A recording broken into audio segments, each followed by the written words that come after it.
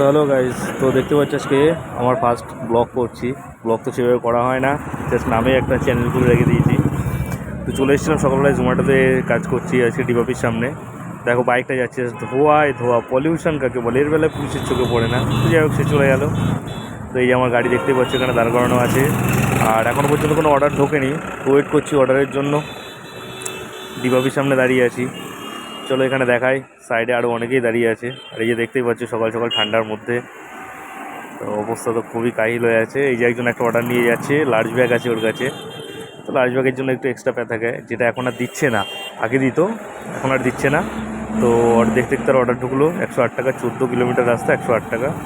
চলো অ্যাকসেপ্ট করে নিই, তারপরে চলে এলাম ডিওপির সামনে। তো ওখান থেকে খাবারটা পিক করে রেস্টুরেন্ট থেকে বেরোচ্ছি। আর চলো দেখা যাক, কাস্টমার লোকেশনটা একবার দেখে নিয়েছিলাম। তো এবার গাড়িতে খাবারটা নিয়ে রেডি হচ্ছি যাত্রার জন্য। 14 কিলোমিটারের যাত্রা, মানে বুঝতেই পারছো অনেকটা লং রুট।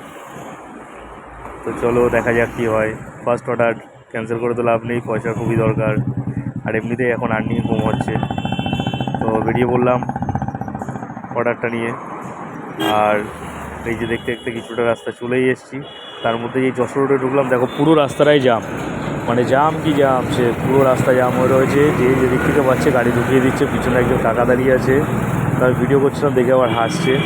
তো দেখতে পাচ্ছি এই যে চলে এসেছি আমরা ফরচুনের সামনে, আর এটা ছিল ফরচুনের অর্ডার। তো চলো অর্ডারটা দিয়ে দিই কাস্টমারের কাছে।